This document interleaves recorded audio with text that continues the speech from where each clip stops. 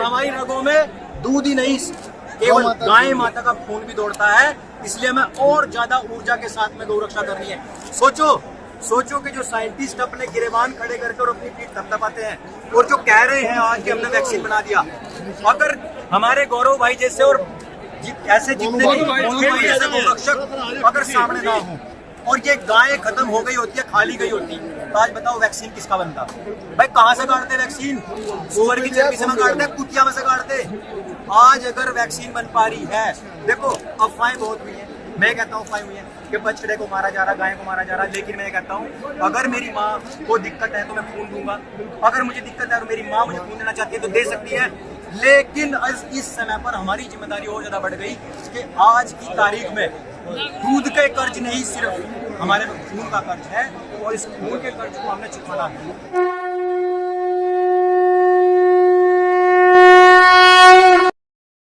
नमन कर रहा हूँ और प्रीत भाई अश्विनी जी, इनका बहुत बहुत हार्दिक धन्यवाद कि जिस आवाज को आज तक कोई भी उठाने से डर रहा था, उसको इन्होंने अकेले कोर्ट में, जनता में, सोशल मीडिया पर, टीवी चैनल्स पर वो जोर दिखाया, वो दम दिखाया जो आज तक किसी में हिम्मत नहीं थी।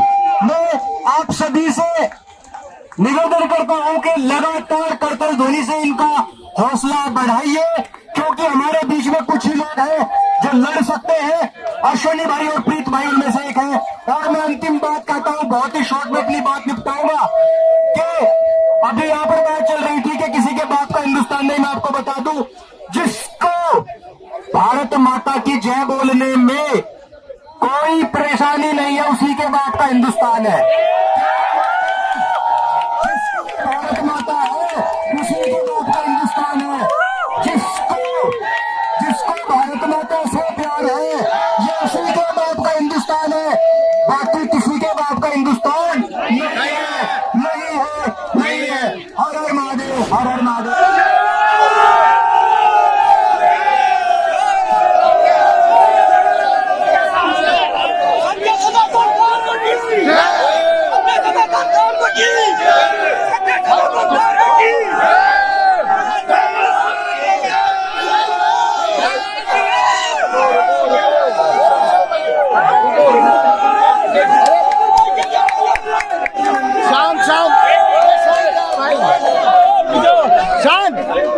क्या कर रहे हो? रुको, पीछे थोड़ा थोड़ा भाई, पीछे हो जाओ, आवाज सुनो भाई, थोड़ा थोड़ा पीछे हो जाओ, उन मूर्ति का संदेश सुन लो।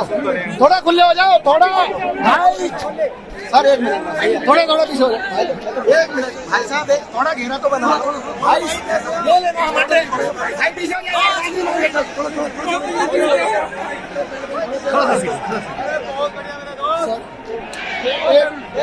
हाथ जुड़वा लो यार, कमाल है। थोड़ा थोड़ा पीछे हो जाओ, कन्नन तो मेरे साथ आओ, तो जाओ माइक नहीं भाई, माइक है आपके? हेलो, माइक है? माइक अरे यार,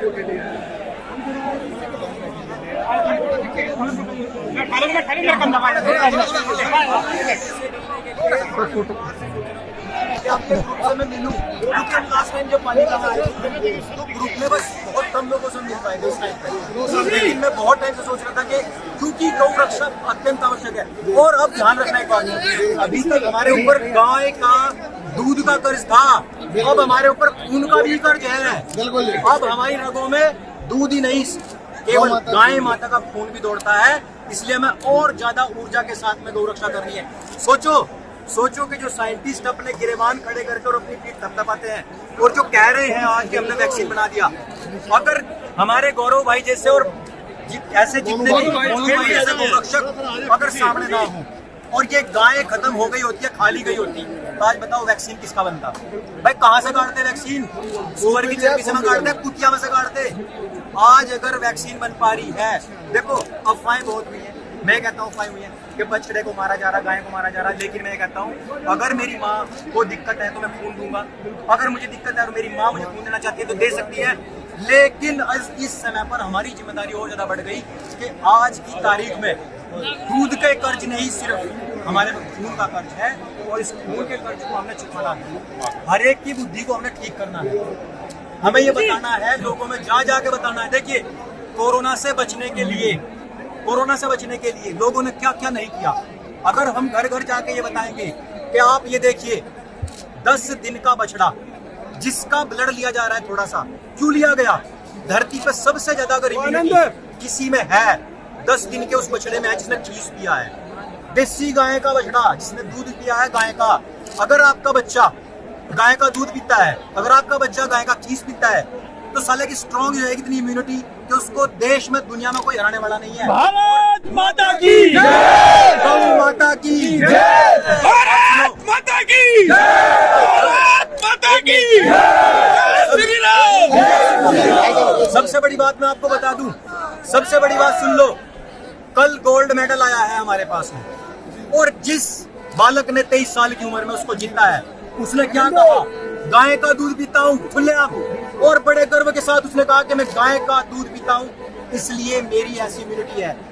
गोल्ड मेडल जीतने वाला लड़का इस बात को कह रहा है कि मैं गाय का दूध पीता हूँ, इसलिए मैं ये कहना चाहता हूँ, यदि धरती की रक्षा, जबकि वो कॉपी पेस्ट है, जबकि उसको बनाने में 2 साल से ज्यादा टाइम कैसा लग रहा है, और इस पर तो एनसीईआरटी बड़ा हंगामा मचा था जब वहाँ कछुए की चाल से चलने वाले संविधान को नेहरू जी हंटर मार रहे थे। तो ये सारी चीजें आप देखिए, जब हमने उठाया दूसरों का मटेरियल है तो फिर भी इतना टाइम लगता है, और उसमें भी इतना सारा डिस्क्रिमिनेशन। दूसरी चीज कि वहां से जहां से हमने कॉपी पेस्ट किया था वो तो बहुत सुधर गई, वहां पे भ्रष्टाचार के अगर सजाएं देखेंगे तो वो बहुत बड़ी हो चुकी है। वहां आप किसी भी मिनिस्टर हो, चीफ मिनिस्टर और राष्ट्रपति, पाकिस्तान में देखिए, पाकिस्तान से गया गुजरा आज हमारा विधान बन चुका है। संविधान जब बना तो उसकी होड़ लेने के लिए सब लोग सामने आए, और फिर एक बंदे को पकड़ा दिया गया पूरा का पूरा खोथा कि आप फोटो खिंचवाओ, बस इसके फोटो खिंचवाने में सब आ गए अपने देश के अंदर। लेकिन जो ऐसा है कि उसके सुधार के लिए हम बात नहीं करते, इसीलिए यहाँ पर आज हजारों की तादाद में जंतर मंतर पर लोग आए हुए हैं। आप लोग जहाँ पर भी हैं इसका समर्थन करें, लोगों में इसके लिए बातचीत करें, और इसके हर एस्पेक्ट को लोगों से जानने की कोशिश करें, उनको बताने का प्रयास करें कि ये सभी लोगों में जरूरत लगी हुई है, और इसके लिए बड़ी बड़ी लॉबिंग्स हुई है। आपने भी देखा होगा संविधान बनाने में जो संविधान सभा थी, इसमें तो बहुत सारे लोग शामिल थे, लेकिन इसकी पूरी जिम्मेदारी किसी एक व्यक्ति को देकर के सौंप दी गई, छोड़ दी गई। किस लिए छोड़ी गई, ये हमें और आपको बहुत ज्यादा रिसर्च करने की आवश्यकता नहीं है, बहुत ज्यादा बड़ा कोई रॉकेट साइंस नहीं है। मुख्य विषय ये है कि जब 2 साल का समय इस संविधान को उस समय बनाने में लगा, और उसका श्रेय सभी लोगों ने लिया, और ये बात भी सभी को पता है कि कई सारे देशों से इसको कॉपी पेस्ट किया गया था। उन देशों के अंदर सारे विधान संविधान बदल चुके हैं, उन्होंने समय के अनुसार, समय के साथ साथ समस्याओं को देखते हुए उनके समाधान पर काम किया है। लेकिन भारतवर्ष में इतने सारे अमेंडमेंट होने के बावजूद ये 2 समुदायों के बीच में जो डिस्क्रिमिनेशन है, जैसे कि मैं आपको बताऊं, मजहब विशेषों को बहुत बड़ा पैसा, बहुत बड़ा बजट मिलता है सिर्फ इसलिए ताकि वो अपने बच्चों को पढ़ा सके उनकी मजहबी शिक्षाएं। मजहबी शिक्षाओं में क्या लिखा है, मजहबी शिक्षाओं में कहीं ना कहीं अगर आप डीप में जाकर के देखेंगे तो आपको पता लगेगा कि वो अपने बच्चों को ये पढ़ा रहे हैं कि जो इस कंट्री का सबसे बड़ा टैक्स पेयर ग्रुप है, हमें उनके जमीनों पर कब्जा करना है, वो हमारे लिए वाजिबुल कत्ल है। और वो किसके पैसे से पढ़ रहा है, वो हम सबके टैक्स पेयर से, जो बहुसंख्यक टैक्स पेयर समाज है। मैं इसको किसी धर्म से या मजहब से इंडिकेट नहीं करूंगा, मैं कहूंगा कि जो सबसे बड़ा टैक्स पेयर समाज है उसके पैसे से ही उसी के खिलाफ पढ़ाई जाने वाली शिक्षाओं को बढ़ावा देता है। इसलिए इसके इस कानूनों को हमने रिपील करवाना है, हटवाना है, अमेंडमेंट करवाना है। इसी के लिए हम यहाँ पर एकत्रित हुए हैं। 5 कानून की आवश्यकता पूरा देश समझता है, इस बात को सरकार भी शायद समझती है, लेकिन इस पर काम नहीं होता है। क्या क्या लगता है, इतनी सारी चीजें हैं, सब लोग समझते हैं। तुष्टीकरण की राजनीति है, मैं आपको बताता हूँ। देखिए, कोई भी सरकारें आ जाएं वो कहती हैं कि हम तुष्टीकरण की राजनीति नहीं करते, लेकिन यह मूल बिंदु है, ये आधारभूत है हर एक राजनीति का, कि जब तक वो किसी भी एकजुट समाज की वोटों के लिए राजनीति नहीं करेंगे तब तक उनको अपनी सीटें जो है वो खोने का डर रहेगा। हम और आप सभी जानते हैं कि मजहबी उन्मादी जिनके तकरीबन 56-57 देश हैं, जिनकी आबादी विश्व में 180 करोड़ है, वो यहाँ भारतवर्ष में एकजुट है। उन्हीं के वोट प्राप्त करने के लिए कोई भी सरकार एड़ी चोटी और स्थान विशेष तक के जोर लगा सकती है, और वही हमारी सरकारें कर रही हैं। इसी को हमने हटवाना है। इसी के लिए यहाँ पर हजारों की तादाद में आज लोग इकट्ठा हुए। 5 कानून जो है, एक बार बता दें नाम लेकर, कौन से हैं जो मांग रहे हैं? हम जो कानून यहाँ पर मांग रहे हैं वो है कि समान शिक्षा हो, समान संहिता हो, जिसमें कि सबके लिए कानून सबके लिए बराबर हो, जिसमें कि भ्रष्टाचार के लिए जो समान रूप से, जैसे कि हम देखते हैं कि नेताओं के लिए अलग से कानून है। अब लालू जी ने चाहे कितने 1000 करोड़ का घोटाला कर लिया हो, लेकिन वो अभी तक जेल नहीं पहुंचे।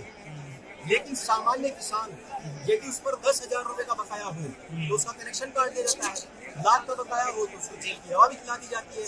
हमारी गन्ना सोसाइटीज में आप कभी भी देखिएगा तो वहाँ पर एक लिस्ट लगी होती है जो डिफॉल्टर्स होते हैं, अर्थात उनको सामूहिक रूप से बदनाम किया जाता है। ये सारी जो चीजें हैं, इन कानूनों की वजह से समाज में असमानता फैली हुई है। इन कानूनों के खिलाफ ही यहाँ पर ये हम लोगों ने आज धरना दिया है, ये आवाज उठाई है।